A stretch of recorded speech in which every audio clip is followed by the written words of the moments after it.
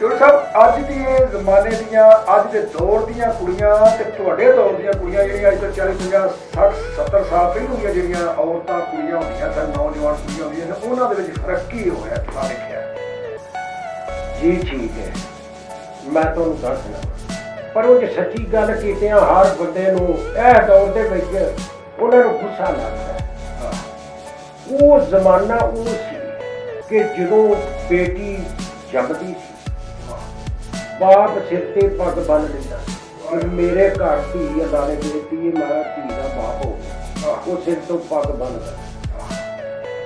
ਧੀ ਦਾ ਕੰਨ ਬਣਾਣੇ ਨੱਕ ਬਣਾਣਾ ਕੰਨ ਵਿੱਚ ਦਾ ਰਿਵਾਜ ਕਿੱਥੋਂ ਆਇਆ? ਇਹ ਰਿਵਾਜ ਉਦੋਂ ਹੀ ਨਿਕਲਿਆ ਜਦੋਂ ਮਾਂ ਬਾਪ ਜਿਹੜੇ ਨੇ ਸ਼ਰਮਾ ਹਈਆਂ ਵਾਲੇ ਹੁੰਦੇ ਸਨ। ਪੁਰਾਣੇ ਦੌਰ ਦੇ ਵਿੱਚ ਇਹ ਹੁੰਦਾ ਸੀ ਕਿ ਧੀ ਦਾ ਕੰਨ ਬਣਾਓ, ਇਹ ਕਿਸੇ ਦੀ ਭੈੜੀ ਗੱਲ ਤੇ ਕੰਨ ਨਾ ਧਰੇ। ਨੱਕ ਬਣਾਣਾ ਉਹਨੇ ਅੱਜ ਵੇਖਣਾ ਥੱਲੇ ਪਾਈਏ ਕੋਕਾ ਪਾਏ ਵੀ ਧੀਏ ਦਾ ਮਕਸਦ ਇਹ ਹੁੰਦਾ ਸੀ ਕਿ ਪੁੱਤਰ ਧਿਆਨ ਥੱਲੇ ਰੱਖਣਾ ਤਾਂ ਕੋਕਾ ਦਿਖਣਾ। ਬਾਪ ਦੀ ਪਗੜੀ ਨੂੰ ਦਾਗ ਨਾ ਲੱਗੇ, ਉੱਚੀ ਨਹੀਂ ਵੇਖਣਾ। ਹੁਣ ਦੌਰ ਆ ਗਿਆ ਭੈੜਾ ਦੌਰ ਏ, ਸਾਡੀ ਸਮਝ ਤੋਂ ਗੱਲ ਬਾਹਰ ਹੈ। ਉਦੋਂ ਵਿਆਹ ਹੁੰਦੇ ਸਨ ਤੇ ਮੈਂ ਖੁਦ ਵੀ ਵੇਖਿਆ ਜਾਂਦਾ ਰਿਵਾਜ ਕਿ ਕੁੜੀ ਨੂੰ ਪਿੰਡੋਂ ਬਾਹਰ ਜਾ ਕੇ ਤੇ ਉਹਨੂੰ ਵਿਦਿਆ ਕਰਨਾ ਸਾਰੇ ਪਿੰਡ ਦੇ ਰੋਣਾ।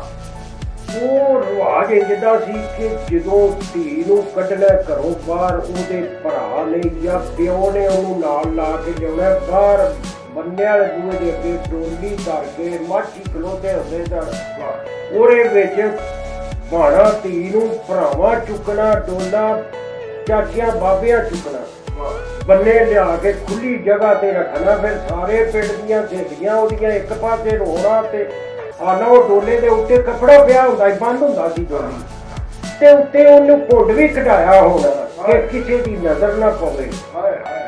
ਸਾਰੇ ਪਿੰਡ ਦੀਆਂ ਬਾਲੜੀਆਂ ਉਹਦੇ ਨਾਲ ਸਹੇਲੀਆਂ ਨੇ, ਚਾਚੀਆਂ ਤਾਈਆਂ ਰੋਣਾ ਸਾਡੇ ਘਰ ਦਾ ਫਰਜ਼ ਟੁਰ ਚੱਲਿਆ ਤੇ ਨਾਲੇ ਵੇ ਵੀ ਇਹ ਜਿਗਰ ਦਾ ਟੋਟਾ ਵੱਢ ਕੇ ਦੇਣਾ ਬੜਾ ਔਖਾ ਕੰਮ ਹੈ। ਉਦੋਂ ਲੋਕੀ ਮਰ ਜਾਂਦੇ ਹੁੰਦੇ ਸਨ ਇਹਨਾਂ ਗੱਲਾਂ ਦੇ ਉੱਤੇ, ਉਹਨਾਂ ਦੇ ਕਲੇਜੇ ਬਾਹਰ ਨਿਕਲਦੇ ਸਨ ਵੀ ਇਹਦੀ ਧੀ ਦੇਣ ਡਏ ਆ ਤੇ ਜਾਣ ਲੱਗਿਆ ਧੀ ਨੂੰ ਸਿਰ ਤੇ ਪਿਆਰ ਦੇਣਾ। ਆਖਰ ਤੇ ਜਾ ਕੇ ਮਾਂ ਬਾਪ ਦੀ ਵਾਰੀ ਆਉਣੀ ਨਾ ਜਦੋਂ ਸਾਰੀ ਦੁਨੀਆ ਮਿਲ ਲੈਣਾ ਧੀ ਨੂੰ ਤੇ ਫਿਰ ਉਹਨੂੰ ਪਿਆਰ ਦੇਣਾ ਤੇ ਉਹਦੇ ਆਖਣਾ ਮੱਤ ਕੀ ਦੇਣੀ, ਉਹਨੂੰ ਆਖਣਾ ਪੁੱਤਰ ਤੂੰ ਉੱਥੇ ਚੱਲੀਏ, ਉਹ ਤੇਰਾ ਮਾਂ ਪਿਓ ਹੋਣਾ, ਉਹਨਾਂ ਦੀ ਲਾਜ ਰੱਖਣੀ ਹੈ, ਸਾਡੀ ਵੀ ਸ਼ਰਮ ਰੱਖਣੀ ਹੈ ਤੇ ਉੱਥੇ ਤੇਰਾ ਡੋਲਾ ਚੱਲਿਆ, ਉੱਥੋਂ ਤੇਰੀ ਮਰਜ਼ੀ ਆਵੇ, ਤੇਰਾ ਜਨਾਜ਼ਾ ਉਦੋਂ ਲੋਕ ਇੰਝ ਦੀਆਂ ਦੁਆਵਾਂ ਦਿੰਦੇ ਹਨ ਤੇ ਸਮਝਾ ਕੇ ਘੱਲਦੇ ਹਨ ਧੀਆਂ ਨੂੰ। ਤੇ ਹੁਣ ਅੱਜ ਕੱਲ੍ਹ ਦਾ ਦੌਰ ਏ ਇਸ ਤਰ੍ਹਾਂ ਬਲਬ ਬਲਦੇ ਹੁੰਦੇ ਨੇ ਹਾਲਾਂ ਦੇ ਵਿੱਚ, ਉੱਤੇ ਬਾਲ ਦੇਣੀਆਂ ਨੇ ਧੀਆਂ, ਨੰਗੇ ਮੂੰਹ ਨੰਗੇ ਸਿਰ ਬਾਹਾਂ ਨੰਗੀਆਂ।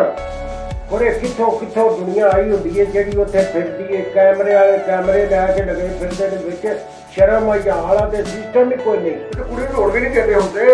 ਨਹੀਂ ਰੋਣ ਜੇ ਉਹਦੀ ਅੱਥਰ ਅੱਬਲ ਦੀ ਉਹ ਡੇਕਦੀਆਂ ਹੀ ਨਹੀਂ ਤੇ ਜੇ ਕੋਈ ਲੱਗੇ ਚਾਰਾ ਕਰਨ ਤੇ ਉਹ ਭਰਾ ਗਿਆ ਕੰਨ ਨਾਲ ਮੂੰਹ ਲਾ ਕੇ ਆਂਦਾ ਉਹ ਭੈਣਾ 60,000 ਰੁਪਇਆ ਪਾਰਲਰ ਵਾਲਿਆਂ ਨੂੰ ਦਿੱਤਾ ਥਰਨਾ ਫੇਰੀ ਮੇਕਅਪ ਲੈ ਗਿਆ। ਮੱਤ ਦੇਣ ਦੀ ਬਜਾਏ ਉਦੋਂ ਦਾ ਮੇਕਅਪ ਕੀ ਸੀ ਕਿ ਦੰਦਾਸਾ ਮਾਰ ਲਿਆ ਤੇ ਬੋਲ ਲਾਲ ਹੋ ਗਿਆ ਤੇ ਥੋੜੀ ਜਿਹੀ ਕਰੀਮ ਸੁਰਗੀ ਲੈ ਕੇ ਚਲੋ ਜੀ ਇਹ ਕੁੜੀ ਤਿਆਰ ਹੋ ਗਈ ਹੈ। ਤੇ ਅੱਜ 50-60 ਲੱਖ 2-2 ਲੱਖ ਰੁਪਇਆ ਦੇ ਨੇ ਕੁੜੀ ਨੂੰ ਤਿਆਰ ਕਰਨ ਦਾ ਪਾਰਲਰ ਦੇ ਵਿੱਚ। ਓਏ ਉਦੋਂ ਸਾਦਾ ਵਕਤ ਸੀ ਯਾਰ, ਉਦੋਂ ਸਮਾਂ ਨਾਲ ਧੀਆਂ ਦਾ ਲੋਕੀ ਵਿਆਹ ਕਰ ਲੈਂਦੇ ਨੇ, ਆਧਾਰਾਂ ਨਾਲ ਕਰ ਲੈਂਦੇ ਨੇ। ਹੁਣ ਉਦੋਂ ਚੋਖੇ ਤੇ ਮੇਕਅਪ ਦੇ ਪੈਸੇ ਲੱਗ ਜਾਂਦੇ। ਉਦੋਂ ਅੱਜ ਦਾ ਮੇਕਅਪ ਤੇ ਉਦੋਂ ਦਾ ਸਾਰਾ ਵਿਆਹ ਇੱਕ ਬਰਾਬਰ ਹੈ। ਇੱਕ ਬਰਾਬਰ ਹੈ, ਉਦੋਂ ਵੀ ਵੱਧ ਜਾਂਦਾ ਕੰਮ ਹੁਣ। ਵੱਧ ਜਾਂਦਾ ਬੇਸ਼ੱਕ ਦੇਖੋ ਸ਼ਾਦੀ ਹਾਲਾਂ ਦੇ ਵਿੱਚ ਵੇਖਿਆ ਖਾਣਾ ਕਿੰਨਾ ਕੁ ਖਰਾਬ ਹੁੰਦਾ ਹੈ। ਤੁਸੀਂ ਵੇਖਿਆ ਨਹੀਂ ਕਿ ਪੁਰਾਣੇ ਵਕਤਾਂ ਦੇ ਵਿੱਚ ਕਿਵੇਂ ਖਾਣਾ ਇੱਕੋ ਪਿਆਲੇ ਦੇ ਵਿੱਚ ਲੋਕ ਦਿੰਦੇ ਸਨ। ਉਹ ਪਿਆਲੀ 'ਚ ਦੇਣਾ ਸਾਲਣ ਪਾ ਕੇ, ਉਹ ਤੰਦੂਰੀ ਦੀਆਂ ਰੋਟੀਆਂ ਤੰਦੂਰ ਤੋਂ ਲਵਾਈਆਂ ਹੋਣੀਆਂ, ਉਹ ਨਾਲ ਰੋਟੀਆਂ ਦੇਣੀਆਂ, ਬੰਦੇ ਨੇ ਝੋਲੀ 'ਚ ਪਾਈਆਂ ਹੋਣੀਆਂ ਤੇ ਇੱਕ ਬੰਦੇ ਨੇ ਕਰਮਡਲੇ 'ਚ ਸੰਗਲ ਪਾਇਆ ਹੋਣਾ ਸਾਲਣ ਵਿੱਚ ਡੋਂਗਾ ਰੱਖਿਆ ਹੋਣਾ। ਜੇ ਪ੍ਰਾਹੁਣੇ ਦੀ ਪਿਆਲੀ ਵਿਹਲੀ ਹੋਣੀ ਉਹਨੇ ਡੋਂਗਾ ਸਾਲਣ ਦਾ ਪਾ ਦੇਣਾ। ਉਹਨੇ ਆਖਣਾ ਲਓ ਬਈ ਖਾਓ, ਇੰਨੇ ਚੌਲ ਮਿੱਠੇ ਦੂਣੇ ਪਲੇਟਾਂ 'ਚ ਖਾਣੇ। ਯਾਰ ਉਹ ਤੋਂ ਜ਼ਾਇਆ ਨਹੀਂ ਸੀ ਹੁੰਦਾ, ਕੋਈ ਰਿਜ਼ਕ ਜਰਾ ਮਾਛਾ ਵੀ ਜ਼ਾਇਆ ਨਹੀਂ ਸੀ ਹੁੰਦਾ। ਬੜਾ ਕਿਸੇ ਕਰਨਾ ਥੋੜੇ ਜਿਹਾ ਚੌਲ ਛੱਡ ਦੇਣੇ ਜਾਂ ਕੋਈ ਰੋਟੀ ਚੱਪਾ ਬੁਰਕੀ ਛੱਡ ਦੇ। ਹੁਣ ਹਾਲ ਦੇ ਵਿੱਚ ਇੰਨੀ ਕੁ ਰੋਟੀ ਜ਼ਾਇਆ ਹੋ ਜਾਂਦੀ ਹੈ ਕਿ ਜਿਹੜੀ ਉਹ ਨਹੀਂ 10 ਲੋਕੀ ਸਾਲ ਹੁਣ ਲੋਕੀ ਪਾ ਲੈਂਦੇ ਨੇ ਬਰਤਨਾਂ 'ਚ, ਪਰ ਖਾਧੀ ਨਹੀਂ ਜਾਂਦੀ। ਮੈਂ ਨਾ ਜ਼ਾਇਆ ਕਰਦੇ ਆ। ਅੱਖਾਂ ਦੀ ਭੁੱਖ ਨਹੀਂ ਮਰਦੀ। ਇੰਜ ਹੁੰਦਾ ਜਿਵੇਂ ਆਖਰੀ ਖਾਣਾ ਖਾਣਾ ਫਿਰ ਮਰ ਜਾਣਾ। ਹਾਂ, ਅਸੀਂ ਭੁੱਖੇ ਮੁੜ ਕਦੀਮ ਦੇ, ਸਾਡੇ ਢਿੱਡਾਂ ਵਿੱਚ ਅੱਗ ਬਲਦੀ, ਅਸੀਂ ਕੀ ਕਰੀਏ? ਅਸੀਂ ਹੈ ਹੀ ਸਾਨੂੰ ਸਦੀਆਂ ਤੋਂ ਸਾਡੇ ਅੱਖਾਂ ਦੀ ਭੁੱਖ ਨਹੀਂ ਮਰੀ। ਜਦੋਂ ਇਹ ਵੇਹਨੇ ਆ ਨਾ ਕੰਮ ਉੱਥੇ ਹਾਲ 'ਚ ਬੜਾ ਦੁੱਖ ਹੁੰਦਾ ਇਸ ਗੱਲ ਦਾ। ਉਹ ਯਾਰ ਉਸ ਕੋਲੇ 20 ਸਾਲ ਕਮਾਈ ਕਰਦਾ ਰਿਹਾ ਤੇ ਇੱਕ ਟਾਈਮ ਦੀ ਰੋਟੀ ਤੇ ਉਹਦੀ ਲੱਗ ਗਈ ਹੈ, ਅੱਗੋਂ ਕੋਰੇ 5 ਸਾਲ ਉਹਦਾ ਅੱਗੋਂ ਵੀ ਇਹ ਕਰਜ਼ਾ ਲੈ ਰਿਹਾ ਕਿ ਨਹੀਂ। ਖਾਣ ਵਾਲੇ ਇਹ ਨਹੀਂ ਸੋਚਦੇ ਯਾਰ ਇਹ ਖਾਣ ਵਾਸਤੇ ਵੇ ਜ਼ਾਇਆ ਕਰਨ ਵਾਸਤੇ ਨਹੀਂ ਚਾਹੀਆਂ ਬਣਾਇਆ। ਲੇਕਿਨ ਜਿੰਨਾ ਕੋਲ ਖਾਦਾ ਨਹੀਂ ਜਾਂਦਾ ਜਿੰਨਾ ਜ਼ਾਇਆ ਹੁੰਦਾ। ਜ਼ਾਇਆ ਹੁੰਦਾ ਭਰ ਕੇ। ਮੈਂ ਨਾ ਪਲੇਟਾਂ ਛੋਟੇ ਗੋਸ਼ਤ ਦੀਆਂ ਜੇ ਭਰ ਕੇ ਧਰ ਲੈਣੀਆਂ ਨੇ ਤੇ ਜਦੋਂ ਖੀਰ ਆਉਣੀ ਹੈ ਨਾ ਉਹ ਪਲੇਟ ਪਰਾਂ ਕਰ ਛੱਡਣੀ ਹੈ, ਖੀਰ ਦੀ ਪਲੇਟ ਭਰ ਲੈਣੀ ਹੈ। ਉਹ ਨਹੀਂ ਖਾਣੀ, ਉੱਤੋਂ ਆਈਸਕ੍ਰੀਮ ਆ ਜਾਣੀ ਹੈ, ਉਹਨੂੰ ਪੀਜ਼ਾ ਕਰ ਜਾਣਾ, ਆਈਸਕ੍ਰੀਮ ਇਹਨੂੰ ਪਾਈ ਜਾਣਾ। ਬਈ ਹੁਣ ਜੇ ਕਿਸੇ ਕੋਲ ਕੋਈ ਬੰਦਾ ਜਾਵੇ ਆ ਦੌੜ ਐਸਾ ਆ ਗਿਆ, ਉਹਨੂੰ ਲੈ ਬਈ ਚਾਹ ਦਾ ਕੱਪ ਪਰੌਣੇ ਨੇ ਲਿਆਓ ਤੇ ਪਰੌਣੇ ਕੀ ਆਖਣ ਉਹ ਮਿੱਠਾ ਦੇ ਵਿੱਚ ਪਾਇਆ ਜੇ ਮੈਨੂੰ ਸ਼ੂਗਰ ਏ, ਉਹ 2 ਛੁੱਟੀਆਂ ਜਾਂਦੀਆਂ ਨੇ। ਉੱਥੇ ਹਾਲ ਤੂੰ ਖੀਰ ਦੀ ਪਲੇਟ ਵੀ ਖਾ ਜਾਂਦਾ, ਬੋਤਲਾਂ ਵੀ ਤੂੰ ਛੱਡਿਆ ਹੀ ਧਰ ਲੈਣਾ, ਪੀ ਲੈਣਾ, ਆਈਸਕ੍ਰੀਮ ਵੀ ਖਾਈ ਜਾਂਦਾ, ਉਦੋਂ ਤੇਰੀ ਸ਼ੂਗਰ ਕਿੱਥੇ ਹੁੰਦੀ ਹੈ? ਉਹ ਯਾਰ ਬਸ ਭਲਵਾਨ ਜੀ ਇਹ ਸਭ ਕੰਜਰਖਾਨਾ ਹੁਣ ਉਹ ਦੌਰ ਨਹੀਂ ਹੈ। ਹਜ਼ਾਰ ਹੀ ਹਜ਼ਾਰ ਨਹੀਂ ਰਹਿ ਗਿਆ। ਉਦੋਂ ਤੇ ਲੋਕ ਸਾਰਾ ਪਿੰਡ ਕੁੜੀ ਦੀ ਜਾਂਦੀ ਸੀ, ਸਾਰਾ ਪਿੰਡ ਰੋਟੀ ਵਰਤਾਉਂਦਾ ਸੀ। ਰੋਟੀ ਵਰਤਾਉਂਦਾ ਸੀ। ਮੈਂ ਨਾ ਵਿਆਹ ਤੋਂ ਪਹਿਲੋਂ ਪਿੰਡ ਦੇ ਲੋਕਾਂ ਕਿਸੇ ਦੇਸੀ ਘਿਓ ਦੇ ਆਉਣਾ, ਕਿਸੇ ਖੰਡ ਦੇ ਆਉਣੀ, ਕਿਸੇ ਸੂਜੀ ਦੇ ਆਉਣੀ ਤੇ ਵਿਆਹ ਦੇ ਰੋਟੀ ਪਕਾਉਣ। ਯਾਰ ਉਹਨੂੰ ਕਦੀ ਇਹ ਖਰੀਦੋ ਫਰੇਖਤ ਨਹੀਂ ਸੀ ਕਰਨੀ ਪਈ ਸਸਤੇ ਸੂਟੀ ਆ ਖਾਣ ਪੀਣ ਵਾਲੀਆਂ ਚੀਜ਼ਾਂ ਦੀ ਉਦੋਂ ਲੋਕ ਅਮਦਾਦ ਕਰਦੇ ਸਨ।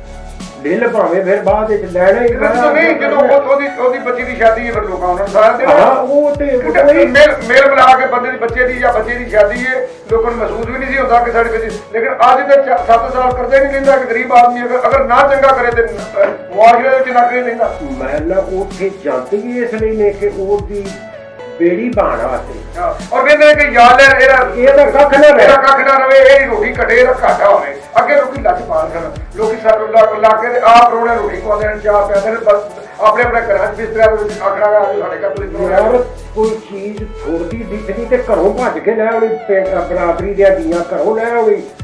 ਹੁਣ ਕਿਹੜਾ ਜਾਂਦਾ ਜਾਣੇ ਤੇ ਅੱਲਾ ਦੀ ਸਪੁਰਦੀ, ਅੱਲਾ ਦੀ ਰਿਸ਼ਤਾ ਰੱਖਣਾ ਹੈ। ਉਹ ਅੱਲਾ ਸਭ ਦੀ ਰਿਸ਼ਤਾ ਰੱਖੇ ਜੀ।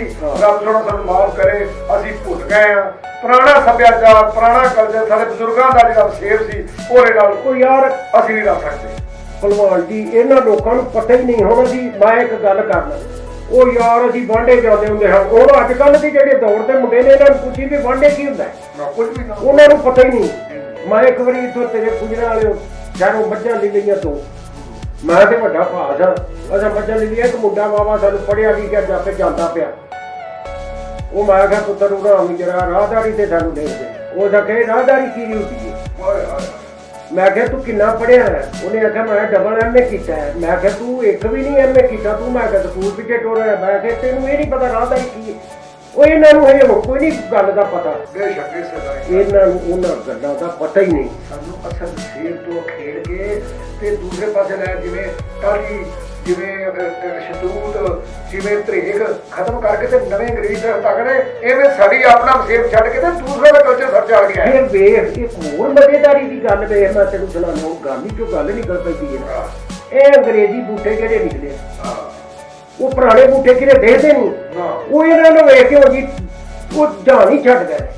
ਕਿਤੇ ਕਿੱਕਰ ਵੇਖੀ, ਕਿਤੇ ਟਾਹਲੀ ਵੇਖੀ, ਉਹੀ ਮੇਰੇ ਨਾਲ ਉੱਥੇ ਟੁੱਟਿਆ ਨੇ। ਉਹੀ ਹਿਸਾਬ ਨਾ ਕਿੱਕਰ, ਨਾ ਦਰਖਤ ਰਹਿ ਗਿਆ, ਨਾ ਉਹ ਬੰਦੇ ਰਹਿ ਗਏ। ਮੈਂ ਜਾਂ ਨਾ ਵੀ ਉਹ ਜਿਵੇਂ ਉਹ ਦਰਖਤ ਟੁੱਟ ਗਏ ਨੇ ਨਾ ਛੱਡ ਕੇ, ਉਹ ਇਵੇਂ ਬਾਬੇ ਵੀ ਤਾਂ ਜਾਂਦੇ ਨੇ ਛੱਡ ਕੇ। ਇਸ ਮਾਹੌਲ ਨੂੰ ਵੇਖ ਕੇ ਕਲੇਜਾ ਬਾਹਰ ਹੁੰਦਾ, ਪਾੜਦਾ ਵੀ ਅਸੀਂ ਇੱਥਾਂ ਕੀ ਤੇ ਬਣਦੇ ਕੀ ਜਾਂਦੇ। ਨਾ ਉਹ ਵੇਲੇ ਰਹਿਣੇ ਯਾਰੋ, ਨਾ ਉਹ ਗੂੜੇ ਪਿਆਰ, ਰੱਬ ਜਾਣੇ ਉਹ ਕਿੱਧਰ ਟੁਰ ਗਏ ਸਾਰੇ ਸੁੱਚੇ ਯਾਰ। ਪਤਾ ਨਹੀਂ ਕਿੱਧਰ ਉਹ ਲੋਕ ਟੁਰ ਗਏ ਜਿਹੜੇ ਮਿਲ ਕੇ ਬਹਿ ਕੇ ਇੱਕ ਦੂਜੇ ਦੇ ਨਾਲ ਖਾਣਾ ਖਾਂਦੇ ਸਨ, ਇੱਕ ਦੂਜੇ ਨੂੰ ਖਵਾ ਕੇ ਰਾਜੀ ਹੁੰਦੇ ਹਨ। ਅੱਜ ਖਾ ਕੇ ਵੀ ਰਾਜੀ ਨਹੀਂ ਹੁੰਦੇ, ਉਦੋਂ ਖਵਾ ਕੇ ਰਾਜੀ ਹੁੰਦੇ।